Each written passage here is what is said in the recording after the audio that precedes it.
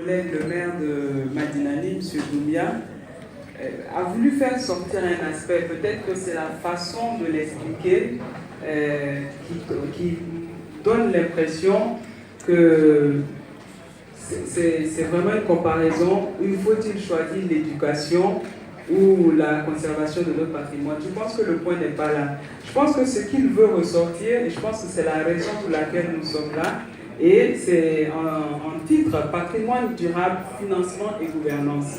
Je pense qu'il a voulu faire sortir qu'au niveau du patrimoine immatériel que nous avons, puisque Madinani est à 70 km de Diéné, la commune que j'ai l'insigne honneur de diriger depuis 4 ans, c'est une région riche, très riche en patrimoine immatériel, c'est-à-dire la culture, les coutumes, les mets culinaires.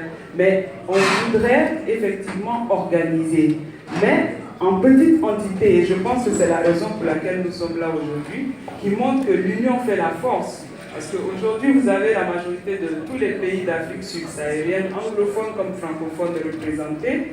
Et moi, je pense qu'au sortir de ce forum, on trouvera des solutions, parce que nous avons des exemples, nous avons des projets qui sont des réussites, une fierté pour le reste du continent. Par exemple, le Maroc, le Royaume Chérifien où nous nous trouvons, là, j'ai fait la majorité des villes et chaque ville a pu avoir une identité.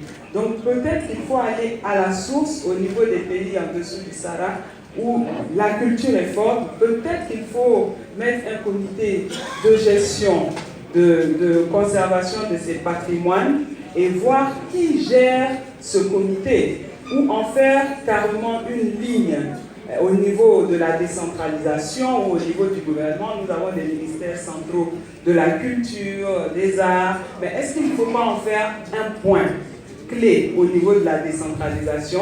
Je pense que c'est ce que M. Doumbia voulait dire, parce que dans le cadre de la Côte d'Ivoire, nous avons au niveau des collectivités des prérogatives, des pouvoirs conférés au niveau de l'éducation, la petite enfance, au niveau de la santé et les infrastructures économiques qui sont nos marchés et nos voies, les voiries de la route. Donc, peut-être qu'il voulait dire, est-ce qu'il ne faut pas en faire une ligne, même au niveau budgétaire, au niveau des collectivités, tellement que c'est important, tellement que nous devons laisser cette base-là à nos enfants pour qu'ils sachent où ils vont, parce que sans culture, sans fondement, sans histoire, je pense que souvent c'est difficile de trouver sa voie et c'est la cause, je pense, de cette forte migration de nos enfants nés de 90 jusqu'à maintenant qui sont dans la vingtaine. Et vous voyez à Lampedusa, c'est vrai qu'il y a cet exode, fort exode de l'Afrique vers les pays de l'Ouest.